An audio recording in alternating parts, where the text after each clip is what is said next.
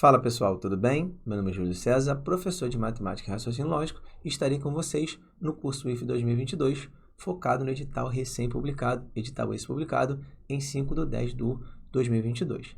Assim que eu recebi a missão, a primeira coisa que eu fiz foi analisar o edital. São 10 tópicos, vamos conferi-los?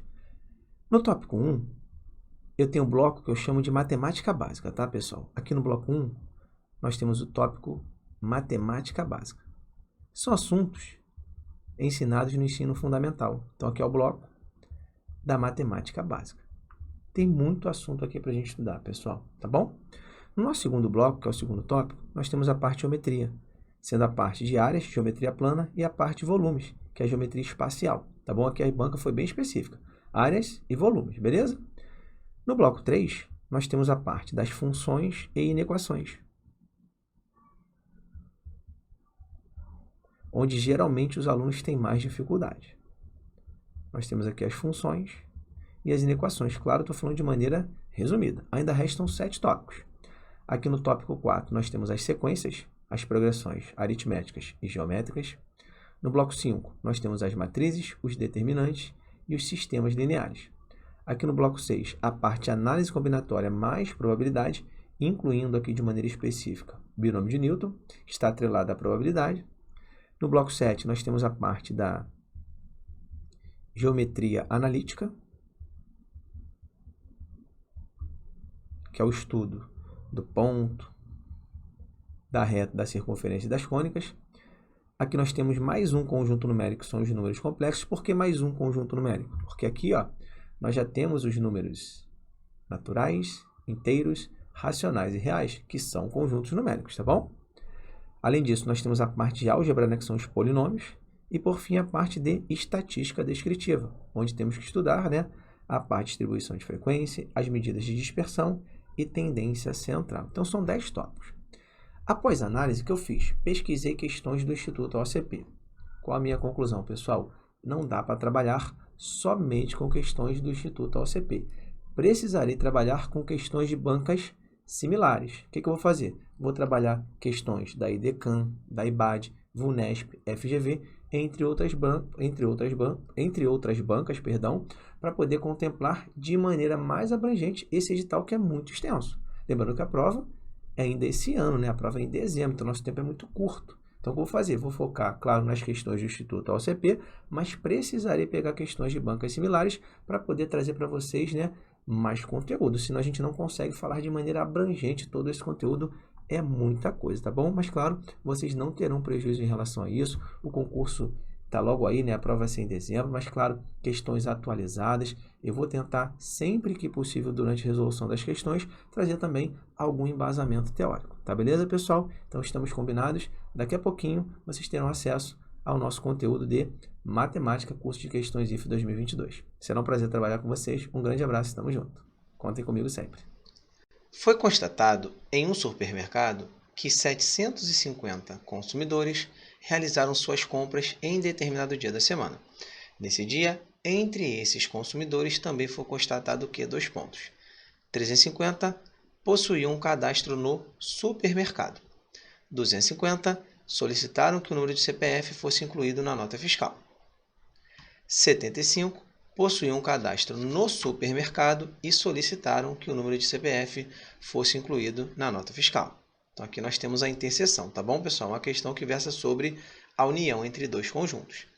Dessa forma, em relação a esses consumidores, quantos não possuíam um cadastro na loja nem solicitaram que o número de CPF fosse incluído na nota fiscal? Então, repare que aqui eu não quero cadastro na loja, tá? Nem solicitação de CPF, ou seja, eu não quero nenhum dos 2 conjuntos. Aí qual o bizu aqui, pessoal? Vou dar dica para vocês, tá bom?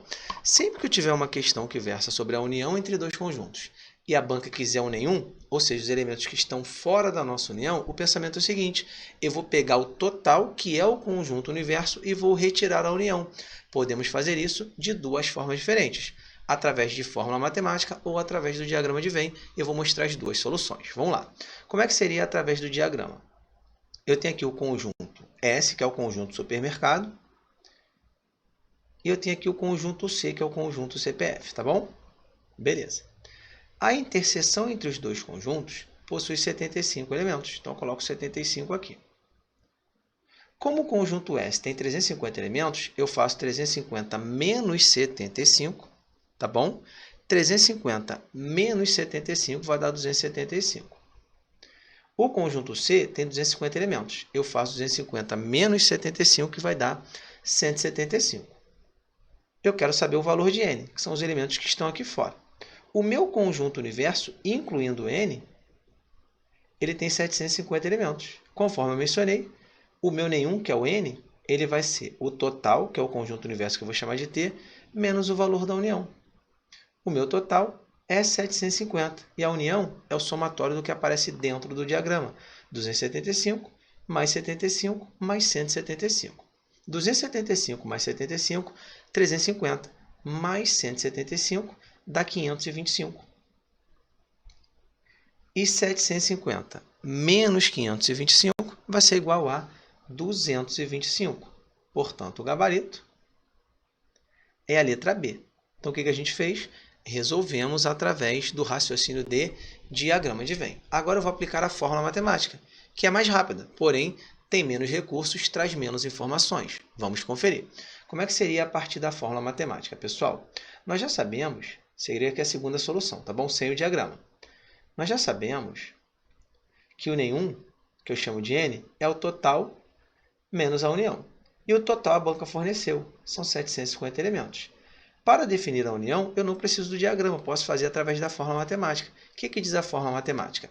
Eu vou somar os conjuntos, S e C, e o resultado eu vou subtrair a interseção. Aí o que eu faço para encontrar essa união? Vou fazer aqui no rascunho, ó. A união vai ser 350 mais 250 dá 600. Aí eu pego e retiro a interseção, que são 75 elementos. Então, a união tem 525 elementos.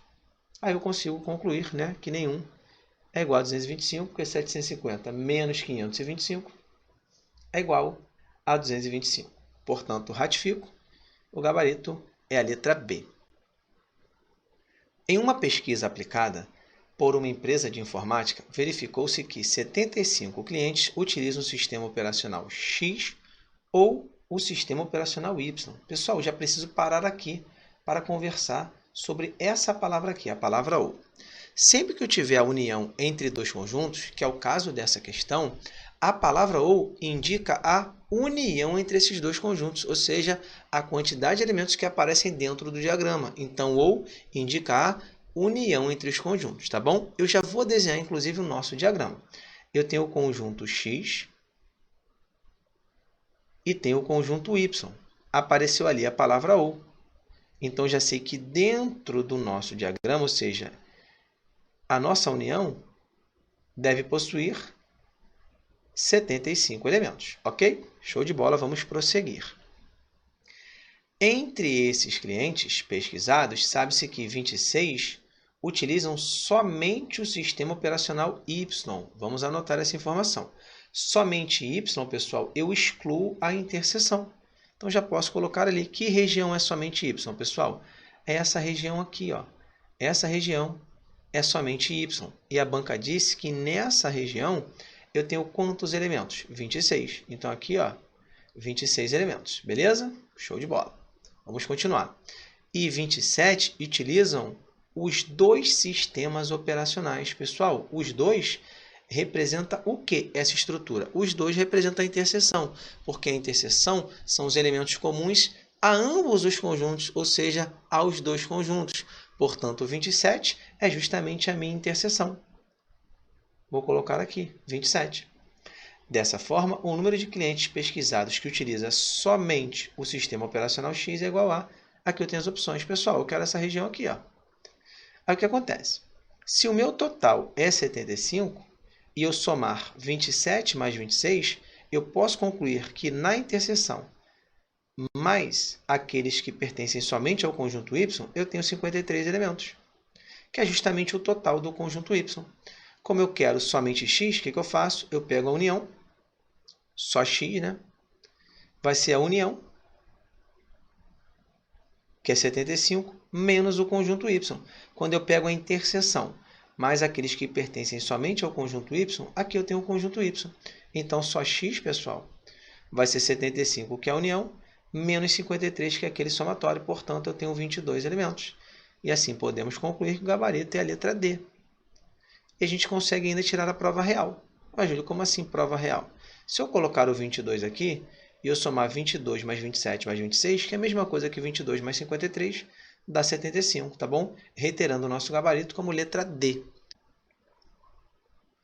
Um setor de uma empresa possui 107 funcionários que trabalham em 3 possíveis turnos. Manhã, que eu vou chamar de M, tarde, que eu vou chamar de T, e noite, que eu vou chamar de N. Entre esses funcionários, sabe-se que 49 funcionários trabalham no turno da manhã, 78 funcionários trabalham no turno da tarde, 13 funcionários trabalham somente no período noturno. Dessa forma, o número de funcionários que trabalham no turno da manhã e no turno da tarde é igual a... Aqui nós temos as opções. Pessoal, questão que versa sobre a união com dois conjuntos e precisamos definir a interseção. São duas formas de resolver essa questão. Uma forma prática, que é uma fórmula matemática, uma forma um pouquinho mais trabalhosa, porém mais didática, que é justamente o diagrama de Venn. Vamos conhecer as duas formas, tá bom? Primeiro, a fórmula matemática. Em relação à fórmula matemática, o total está aqui, tá vendo? 107. Vou colocar ele aqui. É bem simples, tá, pessoal? É bem dinâmica. O que a gente vai fazer? Vamos somar esses três valores, isso é uma fórmula matemática, e o resultado vamos subtrair do total. Júlio, por que você está fazendo isso? Porque o pensamento é o seguinte: se eu somar os três valores ali, que representam três conjuntos diferentes, o que ultrapassar o total sempre estará na interseção. Este é o pensamento. Então, eu somo todos os conjuntos, tiro o total. O que ultrapassar o total está na interseção, e é justamente isso que a banca está pedindo. Júlio, como é que você sabe que está sendo pedida a interseção? Porque esse E, pessoal, ele indica a interseção. Então, vamos fazer isso. 9 mais 8, 17, mais 3, 20. Lembrando que eu quero a interseção, manhã e tarde. Aí vamos somar, tá bom? 9 mais 8, 17, mais 3, 20, vai 2. 2 mais 4, 6, mais 7, 13, mais 1, 14, então eu tenho 140. Tiro o total, que é 107, e chego a 33. Pronto, já resolvemos a questão. A interseção contém 33 elementos. Por quê, professor? Porque tudo aquilo que ultrapassar o total está na interseção. Este é o princípio. Com o diagrama de Venn é um pouquinho mais trabalhoso, mas temos uma melhor visualização. Vamos conferir. Nós temos aqui dois conjuntos, manhã e tarde.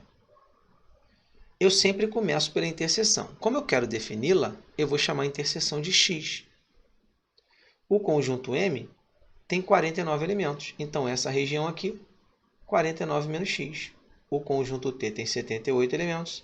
Essa região, 78 menos x. E do lado de fora, que são aqueles que não trabalham no turno da manhã nem no turno da tarde, somente no período noturno, nós temos aqui 13 elementos. Esse total, pessoal, meu conjunto universo, ele deve ter 107 elementos, incluindo o que está dentro, que é a minha união, com o que está fora. Vai virar o que aqui? Vai virar uma equação do primeiro grau, porém, eu tenho mais detalhes que eu consigo perceber com o diagrama, tá bom? Dá um pouquinho mais de trabalho, mas existem, né, mais detalhes para eu analisar. Vamos conferir. Nós vamos somar tudo o que está dentro com o que está fora e definir, né, o valor de x igual a 107. Repare que ao somar menos x mais x, eu vou anular, vai dar zero. Aí eu vou ter 49 mais 78 menos x, vou fazer aqui, tá bom? Será uma equação do primeiro grau. 49 mais 78 menos x, mais 13, deve ser igual a 107. Vamos fazer com calma para a gente não errar, tá bom? 49 mais 78 mais 13, a gente já fez. Isso aqui dá 140, tá bom, pessoal? Então, eu tenho 140 menos x, que é igual a 107. Ao resolver essa parte aqui, claro, o valor de x vai ser 33, porque 140 menos 33 dá 107. Júlio, mas como é que eu resolvo aí na prática se eu estou no dia da prova? O menos x, ele vem para cá e fica positivo. E o 107 vem para cá e fica o quê? Negativo. Aí eu vou ter 140 menos 107 é igual a x. Logo, o valor de x vai ser 33, tá bom? Uma outra forma de fazer, reiterando o gabarito como letra D, está aqui, interseção com 33 elementos. De acordo com os seus conhecimentos envolvendo conjuntos, assinale a alternativa que com certeza é possível afirmar. Aqui eu tenho 5 opções. Pessoal, aqui a ideia é fazer por exclusão. O que a gente vai fazer? Vamos eliminar as assertivas incorretas e chegar à correta através da exclusão. E a ideia é bem simples. Como é que eu vou provar que uma assertiva é incorreta? Basta que eu consiga criar um cenário em que eu vou contrariar aquela assertiva. Se eu conseguir fazer isso, significa que ela está incorreta. Tudo bem? Vamos na sequência, começando pela letra A. Na letra A eu tenho a seguinte afirmação. Se o conjunto A tem 2 elementos e o conjunto B tem 5 elementos, então a união entre A e B tem 7 elementos. Pessoal, letra A está incorreta. Por quê? Porque se os conjuntos forem disjuntos, ou seja, não houver interseção, isso é verdade. Agora, se houver pelo menos um elemento na interseção, isso aí não vai ser verdade. E é justamente este cenário que eu vou mostrar. Júlio, de novo para eu entender. Vamos lá. Se o meu conjunto A tiver, por exemplo, os elementos 1 e 2, e o meu conjunto B tiver apenas números pares, por exemplo, 2, 4, 6, 8 e 10, a gente vai perceber que aquela afirmação ali não é verdade. Eu não posso garantir. Porque neste cenário aqui, pessoal, a união entre A e B vai possuir 6 elementos. Quem são esses elementos? 1 e 2. Perceba que o 2 aparece no conjunto A e no conjunto B. E os pares seguintes, 4, 6, 8 e 10. Observe que aqui existem 6 elementos. Mas por que aqui existem 6 elementos? Porque existe, pessoal, um elemento na interseção. Então, repare que tendo 2 elementos aqui e 5 elementos aqui, não necessariamente na união eu vou ter 7 elementos. Aqui, por exemplo, eu tenho 6. Qual o único caso em que isso aí seria verdade? Se a interseção fosse um conjunto vazio. Quando 2 ou mais conjuntos não possuem elementos em comum, nós dizemos que esses conjuntos são disjuntos, ou seja, a interseção é um conjunto vazio. Se aqui, na letra A, eu tivesse a interseção como conjunto vazio, não houvesse elementos comuns, aí sim, A com 2 elementos e B com 5, na união haveria 7 elementos. Então, mostrei que isso daí não é verdade sempre. Portanto, a letra A está o quê? Incorreta, e assim a gente vai resolver a questão, sempre mostrando um cenário em que aquela assertiva não estará correta, beleza? Vamos lá para a letra B. Se o conjunto A tem 5 elementos e o conjunto B tem 4 elementos, a banca diz que a interseção entre esses conjuntos tem 4 elementos. Isso aí não é verdade, eu vou eliminar a letra B. Por quê? Eu posso criar um cenário em que a interseção entre A e B não existe. A interseção entre eles será um conjunto vazio. Neste cenário aqui, essa letra B ela não está correta. Eu posso mostrar, por exemplo, meu conjunto A apenas números ímpares. 1, 3, 5, 7, 9. 5 elementos. Se o meu conjunto B tiver apenas números pares, sendo 4 elementos para poder atender a letra B, o 2, o 4, o 6 e o 8, nós vamos perceber que aqui a interseção é um conjunto vazio. Tenho 5 elementos aqui, 4 elementos aqui e a interseção é um conjunto vazio. E a banca diz que temos aí 4 elementos. Tá vendo? Tá errado. Eu criei um cenário em que isso daí não é verdade. E claro, vocês podem, né? Vocês que estão assistindo a aula, podem criar cenários diferentes para cada uma das assertivas e perceber, né, que de certa forma, no seu pensamento, elas estão incorretas, tá bom? Não posso garantir que as letras A e B estão corretas. Foi? Show de bola. Vamos para a letra C, que diz o seguinte. Se A igual a 1, 2 e 3 e B igual a 0, 1, 4 e 5, a diferença A menos B é igual a 0, 4 e 5. Está errado também, pessoal. O que é a diferença A menos B? São os elementos que aparecem no conjunto A, mas não aparecem no conjunto B. Ou seja, pertencem somente ao conjunto A. Quem são os elementos que pertencem somente ao conjunto A? Galera, vamos verificar. Ó. A menos B. Observe que aqui, ó, no conjunto A, eu tenho 1, 2 e 3. E no conjunto B, 0, 1, 4 e 5. Quem são os elementos que aparecem no conjunto A, porém não aparecem no conjunto B? Pessoal, quem são esses elementos?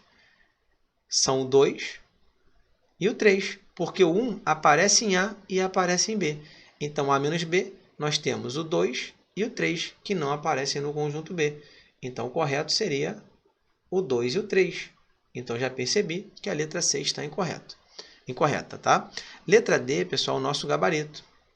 Repare que se a interseção for um conjunto vazio, o conjunto A com 3 elementos e B com 4, a união vai ter 7. É justamente, né, a justificativa lá na letra A. Porque a letra A diz que se A tem 2 elementos e B5, a união vai ter 7. O que eu falei durante a aula? Eu falei o seguinte, não, isso só é verdade se a interseção for um conjunto vazio. E é justamente o que aparece na letra D, tá bom? Olha só, se a interseção é um conjunto vazio, A com 3 elementos e B com 4, a união vai ter 7 elementos, está certinho. Tá, pessoal? Porque se não existem elementos na interseção, claro, aqui está certinho, teremos 7 elementos, o aluno não vai conseguir contrariar isso, tá legal? E a letra E está errada por quê? O A é um conjunto unitário. O B tem 3 elementos. E a banca fala que B menos A é também um conjunto unitário. Eu vou justificar aqui. O que é B menos A, pessoal? São os elementos que aparecem no conjunto B, mas não aparecem no conjunto A, ou seja, pertencem somente a B. Quem são esses elementos? Vamos verificar? No conjunto B, eu tenho 1, 3 e 4. No conjunto A, eu tenho 1. Então, repare que o 1 aparece em ambos. O 3 e o 4 só aparecem no conjunto B. Então, a diferença B menos A tem 2 elementos que são o 3 e o 4, a banca diz, né, que é o conjunto unitário, então está errada a letra E, ratificando o nosso gabarito como letra D. Considere um conjunto A formado pelas 4 cores da bandeira do Brasil. 2 pontos. A igual a verde, azul, amarelo e branco. Pode-se observar que o conjunto azul, amarelo está dentro do conjunto A, sendo então um subconjunto de A. Diante do exposto, quantos subconjuntos são possíveis formar ao todo com o conjunto A? Aqui nós temos as opções. Pessoal, quando a gente pensa em subconjunto, tá bom? A gente pensa em parte. Quando eu falo os subconjuntos do conjunto A, são as partes em que eu consigo dividir o conjunto A. Como eu quero todos esses subconjuntos, o que eu faço, pessoal? Como é que eu defino essa quantidade? É só aplicar uma fórmula matemática. E a fórmula matemática é a seguinte: para definir a quantidade de subconjuntos, ou seja, em quantas partes eu consigo dividir um conjunto, eu aplico essa fórmula 2 elevado a n, onde n representa o número de elementos daquele conjunto. Observe que o meu conjunto A ele tem 1, 2, 3, 4 elementos. Então, a fórmula vai ser 2 elevado a 4. Pessoal, cuidado aqui, tá bom? Porque olha a letra A aqui. Aparece 8. Se o aluno fizer 2 vezes 4, ele vai marcar incorretamente a letra A. Pessoal, 2 elevado a 4 não é 2 vezes 4, isso é matemática básica. É potenciação. É o 2 multiplicado por ele mesmo 4 vezes. Então, qual o resultado correto aqui, pessoal? É 2 vezes 2 vezes 2 vezes 2, ou seja, o 2 multiplicado por ele mesmo 4 vezes. 2 vezes 2 dá 4, vezes 2 dá 8, vezes 2, 16. Portanto, o conjunto A contém 16 subconjuntos e o gabarito é a letra C. Cuidado para não cair na pegadinha e marcar incorretamente a letra A. Tá bom, pessoal? Beleza? Eu vou aproveitar para dar uma dica que cai muito em prova, que é justamente o que aparece em uma das assertivas. Porque se o aluno parar para pensar, tem o 15 aqui e ele não está à toa. Porque se a banca pedisse um número de subconjuntos não vazios, tá, pessoal? Atenção em relação a isso, pode aparecer na prova. A fórmula para encontrar essa quantidade é 2 elevado a n menos 1. Então, aqui, o que a gente faria se fosse essa solicitação? 2 elevado a 4 menos 1. Como 2 elevado a 4 é 16, 16 menos 1 é igual a 15. Então, isso poderia acontecer. Por que isso poderia acontecer, pessoal? Porque existe uma propriedade que diz o seguinte: o conjunto vazio é subconjunto de qualquer conjunto. Então, qualquer que seja o conjunto, o subconjunto, um dos seus subconjuntos, é o conjunto vazio. Então, se o vazio está contido em qualquer conjunto e a banca pedir o número de subconjuntos não vazios, é só você encontrar a quantidade de subconjuntos e tirar uma unidade, que é justamente o conjunto vazio. Então, cuidado com isso, porque pode aparecer na sua prova, tá bom? Então é isso, pessoal. Vou encerrando a nossa aula por aqui. Tamo junto, um grande abraço e até a próxima.